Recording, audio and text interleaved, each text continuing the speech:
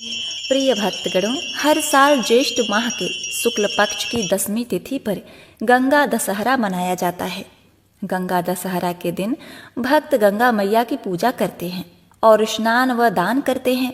माना जाता है कि गंगा दशहरा के दिन स्नान करने पर भक्तों को पापों से मुक्ति मिल जाती है। शास्त्रों के अनुसार ज्येष्ठ माह के शुक्ल पक्ष की 10वीं तिथि पर धरती पर मां गंगा का अवतरण हुआ था, इसीलिए इस दिन को गंगा दशहरा के रूप में मनाया जाता है। और गंगा स्नान करने से सुख समृद्धि का आशीर्वाद मिलता है। माना जाता है कि इस दिन गंगा स्नान करने से 10 पाप नष्ट हो जाते हैं, जैसे कि निषिद्ध हिंसा, पर स्त्री गमन, बिना दी हुई वस्तु को लेना, कठोर वाणी, दूसरे के धन को लेने का विचार, दूसरों का बुरा करना, व्यर्थ की बातों में दुराग्रह, झूठ बोलना, चुगली करना, दूसरों का अहित करना, ये 10 पापों से व्यक्ति को मुक्ति मिल जाती है। स्नान के लिए ब्रह्म मुहूर्त बेहद शुभ होता है। हालांकि गंगा दशहरा के शुभ अवसर पर सुबह 7:08 से सुबह 10:37 तक शुभ मुहूर्त रहने वाला है। तो आज मैं सुना रही हूँ गंगा दशहरा के दिन सुनी जाने वाली गंगा अवतरण की बड़ी ही दुर्लभ पौराणिक व्रत कथा, जिसे आप सभी भक्तगण बड़ी श्रद्धा तथा प्रसन्न चित्त मन से पूरा अवश्य सुनिएगा। यदि आप भोलेनाथ को सच्चे हृदय से मानते हैं तो कमेंट में ओम नमः शिवाय, हर हर गंगे अवश्य लिखिएगा। मैं भगवान भोलेनाथ माता गंगा से प्रार्थना करती हूँ कि जो भी मनुष्य इस कथा को सुन रहा है उसके घर में सुख समृद्धि बनाए रखना, उसके सभी पापों को नष्ट कर देना। जय हो गंगा माँ। सूर्यवंश में बाहु नाम के एक राजा हुए। वे बड़े ही धर्मपरायण राजा थे। वे अपनी प्रजा का पालन पुत्रों के समान करते थे। पापियों और द्रोहियों को उचित दंड देते थे, जिससे समस्त प्रजा निर्भय होकर धर्मपूर्वक रहते थे। उनके राज्य में अन्न वस्त्र की कोई कमी नहीं थी, जिससे समस्त प्रजाजन वहां सुखपूर्वक निवास करते थे। एक समय राजा बाहु के मन में अहंकार उत्पन्न हो गया। वे सोचने लगे कि पूरी पृथ्वी पर मेरे जैसा कोई राजा नहीं। मेरे राज्य में हर ओर सुख शांति है। मैंने अपने सभी शत्रुओं को जीत लिया है। मुझे समस्त वेद और शास्त्रों का ज्ञान है। इस संसार में मुझसे बढ़कर दूसरा कौन है? अब मनुष्य स्वयं को सबसे अच्छा मानने लगता है तो उसे दूसरों में दोष दिखाई देने लगता है। जो दूसरों में दोष देखते हैं उनकी वाणी भी दूसरों के प्रति कठोर हो जाती है।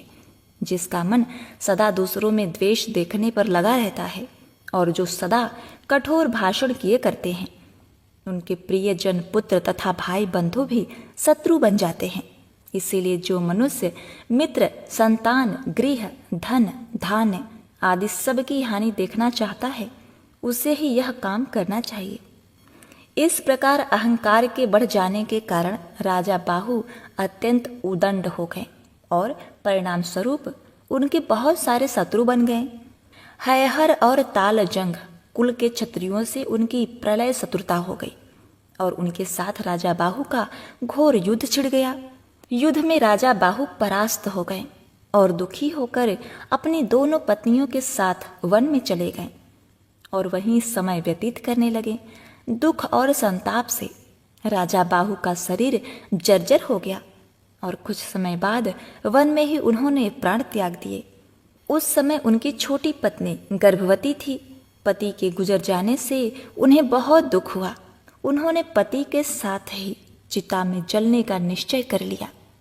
उस स्थान से कुछ ही दूरी पर और मुनि का आश्रम था और मुनि परम तेजस्वी पुरुष थे। उन्हें तीनों कालों का ज्ञान था। जब उन्होंने राजा बाहु की उस पतिव्रता छोटी रानी को सती होते देखा तो उनको मना करते हुए कहा, हे देवी, तेरे गर्भ में शत्रुओं का नाश करने वाला चक्रवर्ती बालक है, इसीलिए तुम चिता पर चढ़ने का साहस मत करो। वैसे भी शास्त्रों में गर्भवती स्त्री के सती होने का निषेध है। यदि तुम स्वयं अपनी इच्छा से सती होना चाहती हो, पर तुम्हें अपने गर्भ में पल रहे शिशु की हत्या करने का अधिकार नहीं है, अतः तुम्हें यह पाप नहीं करना चाहिए। मुनि के इस प्रकार कहने पर रानी उनकी बात मान गई और फिर दोनों रानियों ने मिलकर पति का विधि पूर्वक अंतिम संस्कार किया और ऋषि के कहने पर उन्हीं के आश्रम में रहने चली गईं। और मुनि के आश्रम में रहकर दोनों रानियां महर्षि की सेवा सत्कार में समय व्यतीत करने लगी। पर छोटी रानी अपने पूर्व के संस्कारों के कारण धर्म कर्म में विशेष रुचि लेती और मुनि के सुंदर प्रवचनों को अपने हृदय में धारण करके हमेशा परमेश्वर के ध्यान भजन में संलग्न रहती थी, जिससे बड़ी रानी के मन में उनके प्रति ईर्ष्या होने लगी। और एक दिन बड़ी रानी ने छोटी रानी को भोजन में जहर मिलाकर दे दिया, पर ईश्वर की कृपा से छोटी रानी पर उस जहर का कोई प्रभाव नहीं पड़ा और ना ही गर्भ में पल रहे शिशु पर। समय आने पर छोटी रानी ने एक पुत्र को जन्म दिया और मुनि ने गर अर्थात विष के साथ उत्पन्न हुए उस बालक का नाम सगर रखा। माता ने बालक सगर का बड़े प्रेम पूर्वक पालन पोषण किया। जब बालक सगर कुछ बड़ा हुआ तो और मुनि ने उसका यज्ञोपवीत संस्कार किया और उसे शास्त्रों का अध्ययन कराया, साथ ही अस्त्र शस्त्रों की शिक्षा भी दी। और मुनि से शिक्षा पाकर बालक सगर बलवान, बुद्धिमान और धर्मात्मा हो गए। एक दिन सगर ने अपनी माता से पिता के बारे में जानना चाहा। तब माता ने उन्हें सारा वृत्तांत कह सुनाया कि किस प्रकार सगर के पिता शत्रुओं से हार कर वन में आए और यहाँ और मुनि के आश्रम में सगर का जन्म हुआ। सारी कथा जानकर सगर को भीषण क्रोध उपजा और उन्होंने माता के सामने प्रतिज्ञा कर ली कि वह अपने पिता के शत्रुओं का नाश कर देगा और अपना खोया हुआ राज वापस लेगा। तब माता से आज्ञा लेकर सगर और मुनि के पास पहुँचे और उनका आशीर्वाद लेकर वहां से प्रस्थान किया और अपने कुल गुरु महर्षि वशिष्ठ के पास पहुँचे। कुल गुरु वशिष्ठ से मिलकर उन्हें प्रणाम करके सगर ने उन्हें सब समाचार सुनाया।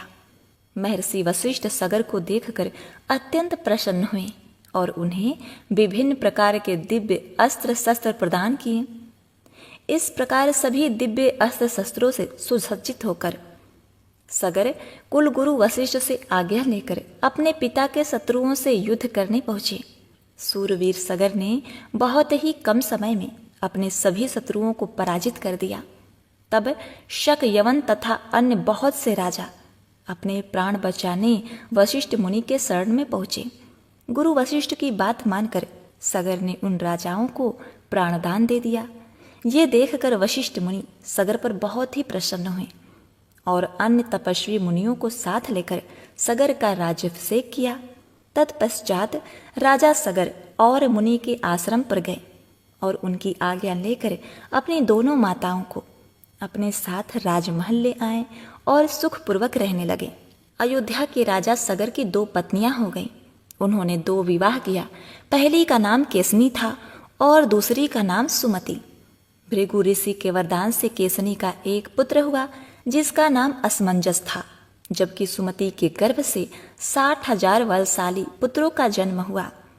एक बार गोकर्ण तीर्थ में राजा सगर ने अश्वमेघ यज्ञ का आयोजन किया। राजा इंद्र ने सोचा, यदि राजा सगर ने अश्वमेघ यज्ञ कर लिया तो शायद वे इंद्रासन पर भी कब्जा कर सकते हैं। इसीलिए इंद्रदेव ने राजा के अश्व को चुरा लिया और अश्व की खोज में राजा सगर ने अपने 60,000 पुत्रों को भेजा।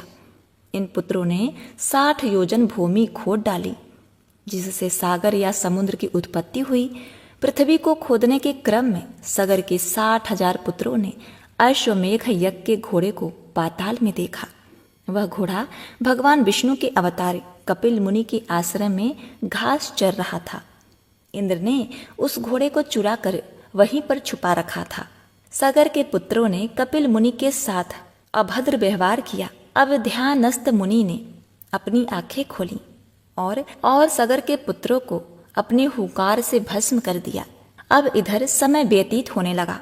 जब राजा सगर के 60,000 पुत्र वापस नहीं आए तो राजा सगर ने अपने 60,000 पुत्रों की खोज में अपने पौत्र अंशुमन को भेजा। अंशुमन ने जब अपने चाचाओं की राख देखी तो वे द्रवित हो गए।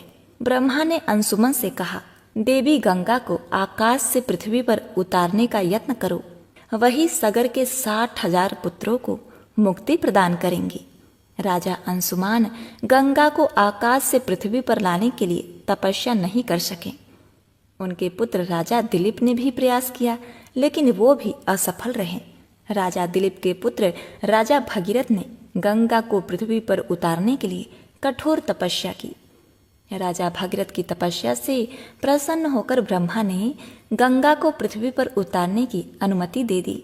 लेकिन गंगा ने कहा, आकाश से पृथ्वी पर उतरने के क्रम में उनके प्रवाह को संभाल पाना असंभव होगा। ये कार्य भगवान शिव के बिना संभव नहीं है। राजा भगीरथी ने भगवान शिव को भी अपनी कठोर तपस्या से प्रसन्न किया। भगवान शिव ने गंगा को अपनी जटाओं में उतारने का निर्णय कर लिया। जब गंगा आकाश से शिव की जटाओं में उतरने लगी तो उनके दर्प को देखकर शिव ने उन्हें अपनी जटाओं में कैद कर लिया। राजा भगीरथ के द्वारा भगवान शिव की एक बार फिर पूजा करने के बाद भगवान शिव ने गंगा को बिंदु सरोवर के पास अपनी जटाओं से निकाल दिया। बिंदु सरोवर से गंगा की 7 धाराएं निकली। गंगा की जो 3 धाराएं पूर्व की ओर निकली उनका नाम जाह्नवी, पावनी और नलिनी पड़ा। नलिनी नदी को ही आज हम ब्रह्मपुत्र नदी के रूप में जानते हैं। पश्चिम दिशा की ओर गंगा की 3 अन्य धाराएं निकली, जिनका नाम सुचुच्छ, सीता और सिंधु पड़ा। दक्षिण दिशा की ओर स्वयं गंगा राजा भगीरथी के पीछे पीछे चली। मार्ग में गंगा के प्रवाह को देखकर तपस्वी महामुनि जन्हू क्रोधित हो गए, क्योंकि वे तपस्या कर रहे थे।